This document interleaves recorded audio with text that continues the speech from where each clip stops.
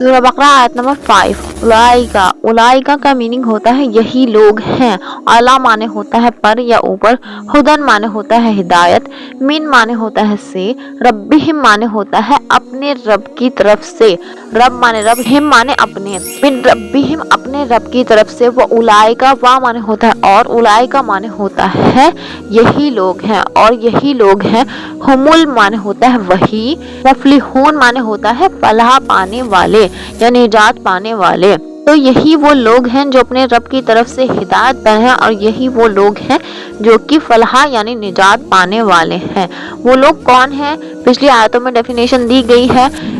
अलिफ लाम मीम, अलिफ लाम मीम शुरू होता है हरूफ मुक़त्तात से जिसका मायना होता है कता कता करके पढ़ना यानी काट काट के पढ़ना। ज़ालिकल किताबु ला रैब फीही, ये वो किताब है जिसमें हिदायत है मुत्तक़ियों के लिए। और मुत्तक़ी लोग कौन होते हैं? जो अल्लाह ताला से डरने वाले होते हैं, परहेजगार होते हैं, अल्लाह ताला का तक़वा इख्तियार करने वाले होते हैं, जो लोग गैब पर ईमान रखते हैं और नमाज को कायम करते हैं और उसमें से खर्च करते हैं जो अल्लाह ताला ने उन्हें दिया है।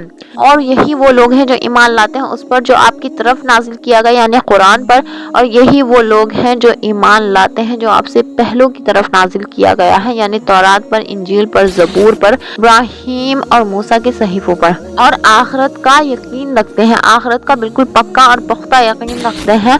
उलाइका, तो यही लोग हैं। अला माने होता है पर, हुदन माने होता है हिदायत पर, मिर रब्बिहिम अपने रब की तरफ से, तो यही वो लोग हैं जो अपने रब की तरफ से हिदायत पर हैं।